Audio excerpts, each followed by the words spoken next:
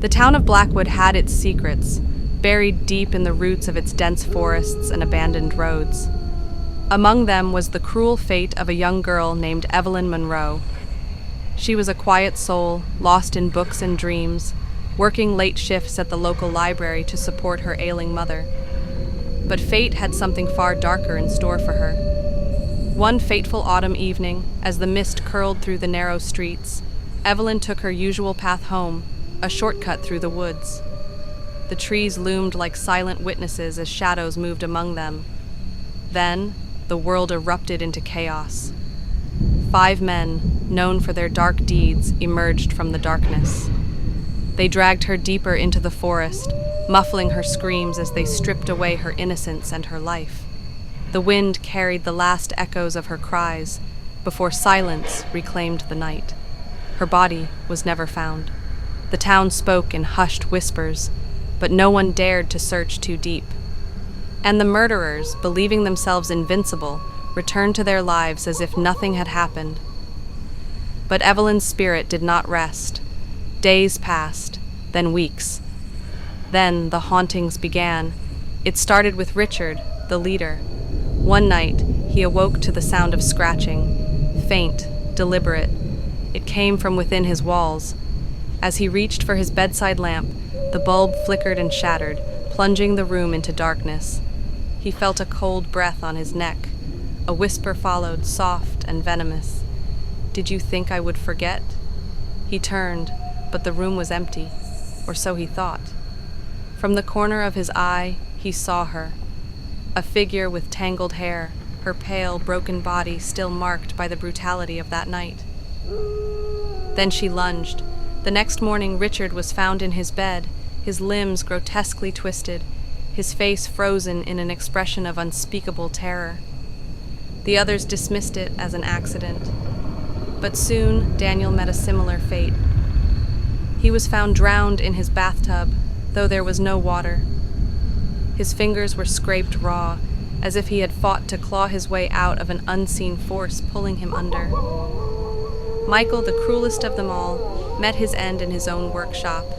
He had always prided himself on his skills with metal and wood, crafting objects with precision. But one night, the tools turned against him. His screams echoed through the night as his body was discovered the next morning, impaled by the very nails and blades he once wielded.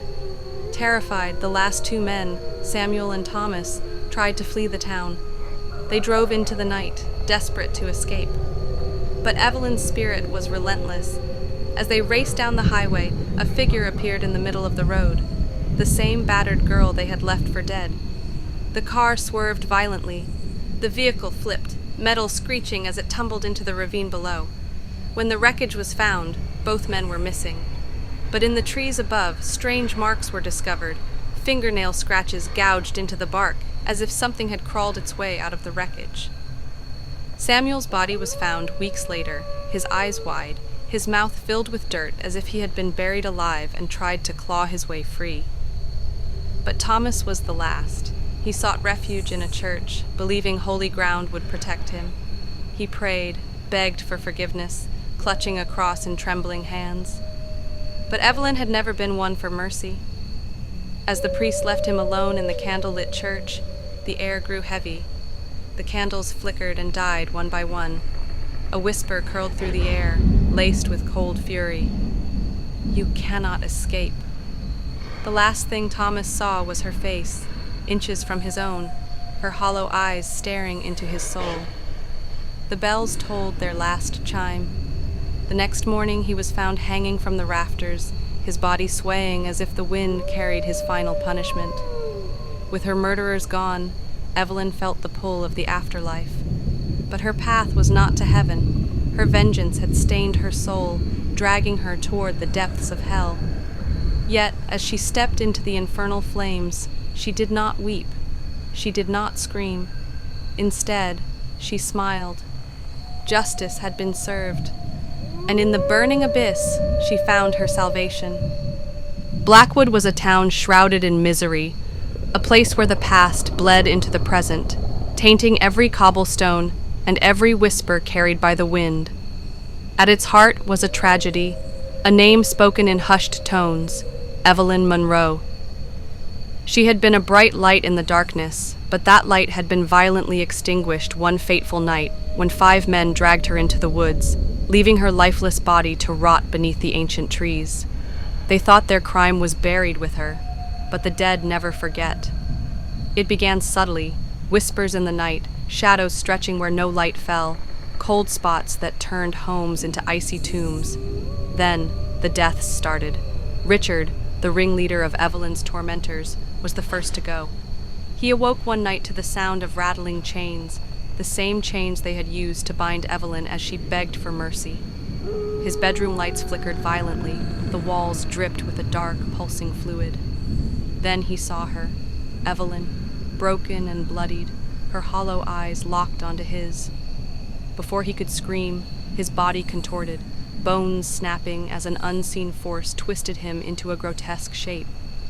His body was found the next morning, stuffed into the fireplace, burned beyond recognition, except for his eyes, wide open in eternal terror. Then came Daniel, a coward who had watched and done nothing. He awoke to find his bedroom walls covered in scratching. "You let them do it." The words dug deep into the wood, carved by unseen hands. As he stumbled out of bed, he saw his reflection in the mirror. But it wasn't his, it was hers. Evelyn's hands reached out, her mouth a dark chasm. The glass shattered, and in that moment, he was pulled inside. The next morning, his body was found inside the mirror, his face contorted in horror, his fingers clawing at the surface as if trying to escape. Michael, the most sadistic of them all, met a fate far worse. One night, he awoke bound to his own work table, his tools laid out before him. Evelyn's shadow loomed over him, whispering, "Let's see how much you can take." The next morning, his body was discovered, skin peeled in strips, each cut deliberate, as if he had done it to himself under some sinister influence. As panic spread, those who had turned a blind eye to Evelyn's suffering soon found themselves marked. Richard's widow, Margaret, awoke to the sound of dripping water, but when she stepped onto the floor, her feet were met not with water, but with blood, thick and warm, spreading from beneath the bed. When she lifted the sheets, she found Richard's severed head staring back at her, mouth twisted in agony. A scream clawed at her throat, but before it could escape, unseen hands dragged her into the abyss. By morning, she was found hanging from the ceiling, her mouth forced into a silent, bloody grin. Even the sheriff, who had ignored Evelyn's disappearance, was not spared. As he patrolled the forest road one night, he saw a girl standing in the mist. Her head tilted unnaturally, her limbs jerked as if pulled by invisible strings.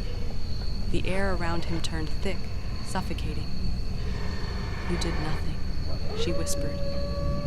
The next morning, his car was found overturned, its windshield smeared with blood. His uniform lay empty inside, but his body was found dangling from the trees, his bones snapped like a marionette's. The town descended into chaos. People tried to flee, but Evelyn's curse spread like wildfire. The streets ran red with blood as unseen forces tore people apart in their own homes. Doors slammed shut on their own, locking victims inside with something lurking in the shadows. Screams filled the night, but no one came to help. Soon, the town was a graveyard. In desperation, Father Donovan gathered the last survivors in the church, believing holy ground would protect them. They huddled together, lighting candles, whispering prayers. But Evelyn did not fear prayers. The church bell tolled on its own, each ring a warning. The walls bled, the crucifix melted, and the shadows moved. One by one, they began to choke. Blood seeped from their eyes, their mouths, their very pores. The priest clutched his cross, his voice trembling as he begged for mercy. "You prayed for me only after I died," Evelyn whispered. "Now you will pray in hell, pray." The church doors burst open and an unseen force swept through, turning the house of God into a slaughterhouse. The next morning, silence blanketed Blackwood. The town was abandoned, save for the sound of flies buzzing over rotting bodies. The buildings stood empty, forever cursed, forever haunted. But on certain nights, when the wind howls through the ruins, you can still hear Evelyn's whispers. And if you're foolish enough to listen too closely, you'll see her shadow stretching toward you, and then you'll know it's too late.